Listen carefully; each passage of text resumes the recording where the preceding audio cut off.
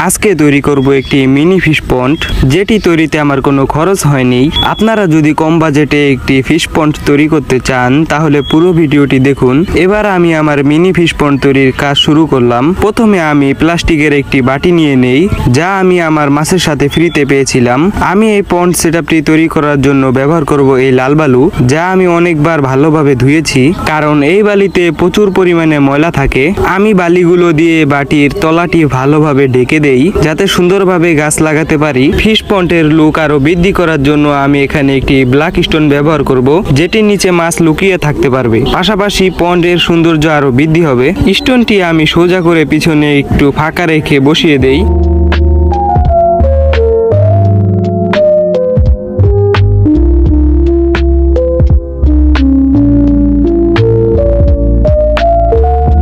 এরপর কিছু গাছ ব্যবহার করব, যেগুলো আমি অন্য অ্যাকুয়ারিয়াম থেকে এনেছি। কালো পাথরটির সাইডে একটি হনট লাগিয়ে দেই।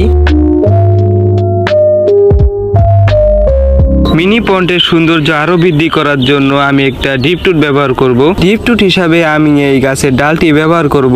আমার কাছে এক্সট্রা ডিপটুট ছিল না, তাই আপনাদের দেখানোর জন্য এটি ব্যবহার করেছি। আপনারা এখানে ডিপটুট ব্যবহার করবেন। আপনারা কিভাবে ডিপটুট তৈরি করবেন এটি নিয়ে ইউটিউবে অনেক ভিডিও আছে, তা দেখতে পারবেন।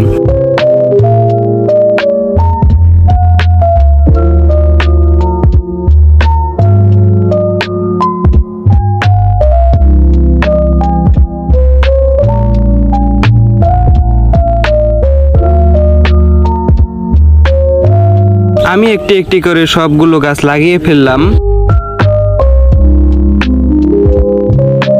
এবার আমি কিছু সাদা পাথর দিয়ে দিলাম, যা আমি নদীর পাড় থেকে সংগ্রহ করেছি।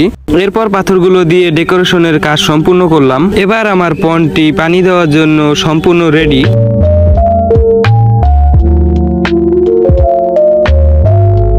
ভিডিওর এ পর্যন্ত এসে থাকলে একটি সাবস্ক্রাইব করে দিবেন, যাতে আমি পরবর্তী ভিডিও তৈরির জন্য অনেক বেশি ইন্টারেস্ট হই। আমি আস্তে আস্তে পানিগুলো দিয়ে দেই, যাতে পানি নোংরা না হয়ে যায়।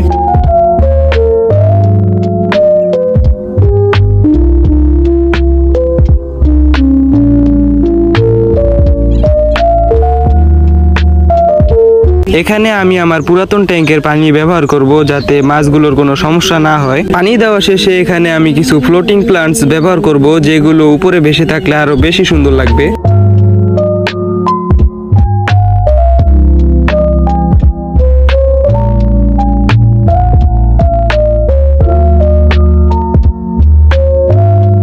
এই হলো আমার মিনি পন্ডের ফাইনাল লুক।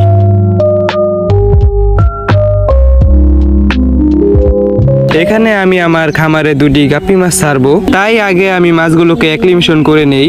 প্রায় 20 মিনিট পর আমি মাছগুলোকে ছেড়ে দিলাম আমার মিনি পন্ডে। মাছগুলো ছাড়ার পর অনেক সুন্দরভাবে ঘোরাফেরা করছে, মাশাআল্লাহ।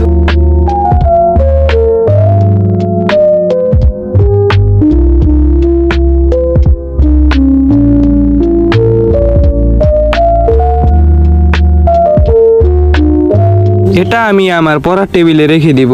আপনারা চাইলে এরকম পন্ড তৈরি করে টেবিলে বা ডেস্কে রাখতে পারেন, এতে আপনার টেবিলের সৌন্দর্য আরো বৃদ্ধি পাবে। তো আজকের মতো ভিডিও এখানেই শেষ করতেছি। পরবর্তীতে আপনারা কি ধরনের সেটআপ দেখতে চান তা কমেন্ট করে জানাবেন। আপনাদের কমেন্ট অনুযায়ী আমি পরবর্তীতে সেটআপ তৈরি করব। এরকম নতুন নতুন আকর্ষণীয় সেটআপ দেখতে চাইলে আমার চ্যানেলটি সাবস্ক্রাইব করে রাখুন। তো আজকের মতো আসি, সবাইকে আসসালামু আলাইকুম।